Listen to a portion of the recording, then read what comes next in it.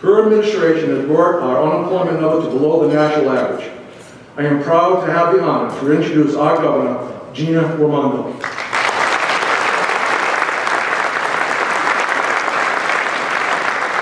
Thank you, Dave. Good morning. Good morning. And thank you, Dave, for all that you do, and Rima for all that you do. It is true. I, as a kid, had a steady diet at the dinner table of hearing the refrain, "You can't build an economy unless you're making things." That was my father's refrain. You cannot have a good economy, you cannot have a strong economy unless you're making things.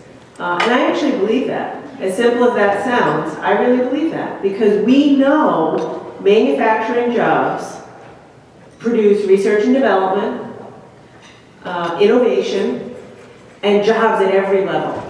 From entry level, minimum wage, all the way up to PhD chemists and engineers, and there's a place in manufacturing for everybody. So, I don't know, yeah, you could thank my dad, but he was a smart guy. He was a smart man, worked his whole career at the Bulba Watch Factory, and he saw it too. He saw the guys that worked for him and with him. Manufacturing jobs, there's a special sense of pride that people have in their job when they spend the day making something.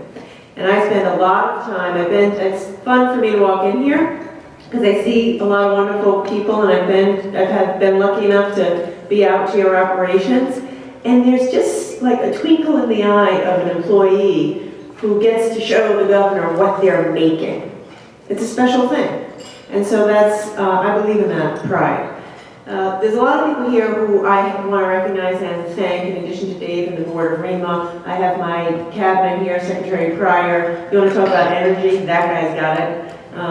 He keeps me going. He's amazing, and I'm so grateful for you. Scott Jensen, also energy. We were at a meeting yesterday, and I was listening to Scott talk about apprenticeship programs and the job training programs we're doing, and I just sent him a little note that says, "I'm so lucky to have you on my team," and I feel that way, Scott.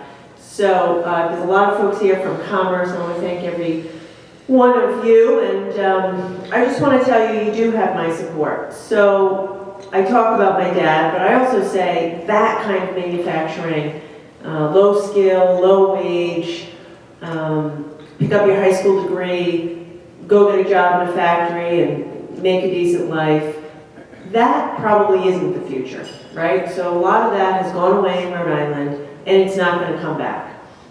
But the companies that you run are thriving, and we need to do even more and more to support you.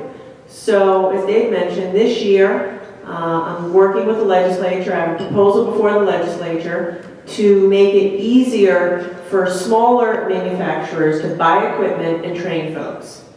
So we have some pretty good programs to help buy equipment and train folks, but they apply right now to C Corps. And I bet if I did a show of hands, which I won't, most of you are not structured as a C Corp. The average Rhode Island manufacturer is a smaller manufacturer, is probably an S Corp, is probably an LLC. But you're the ones we want to support too. So we're trying to expand these programs so every manufacturer can take advantage of it. Buy a piece of equipment, hire a few more people, train a few more people. So we're big behind that. When I leave you here, I appreciate you sneaking me in the agenda, I'm going over to Davies because we got to do even more and more to support Davies. So I put several $1 million in my budget submission to support Davies, and I think that's just the beginning. Davies could be, they're doing a very good job. The teachers are very good, but they need a hand. They need some new equipment. They need kind of a facelift. That could be a showpiece. So I want to continue to invest in that. I'm a big believer in career and technical education in high schools.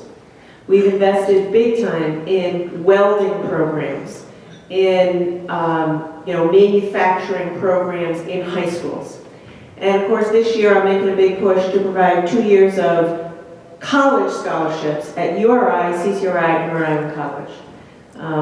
I just saw we have the president of CCRI, Megan Hughes here, a woman of vision and energy. We're doing an awful lot to transform CCRI, to make it more responsive to your needs. And if you haven't met Megan, say hello. If you haven't met Megan, please get over there and say hello. She has her terrific team with her. We're really trying to get CCRI to be a workforce development training ground for folks, whether they're 18 and just starting out, or 50 and have to go back and get retooled. And I've talked to a lot of you, and you want people who have a little bit more skill than you can get just in high school. So that's why we're continuing to advance CCRI, but also I think it's important to get this Promise program passed, because everybody wants a chance, everybody wants to work hard, not everybody can take out a mortgage to get through college. And so we're trying to make it a little bit easier for people. So together we can really build the workforce of the future. And that's what we have to keep doing. We have to keep going where we're going. Bring down the cost of doing business, bring down energy costs, bring down healthcare costs, but also help you to find the trained workforce that you need so you can grow.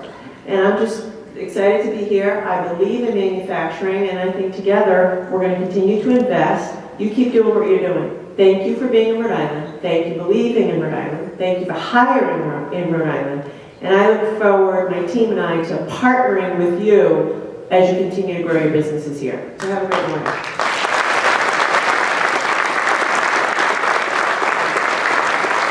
Thank you, Governor. We do have a little gift for the Governor, and I think she'll really appreciate this.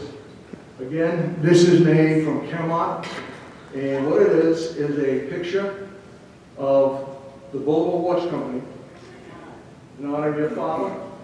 And what it states is, in recognition of your steadfast support and appreciation of manufacturing's unique and historic role as the economic engine for Rhode Island.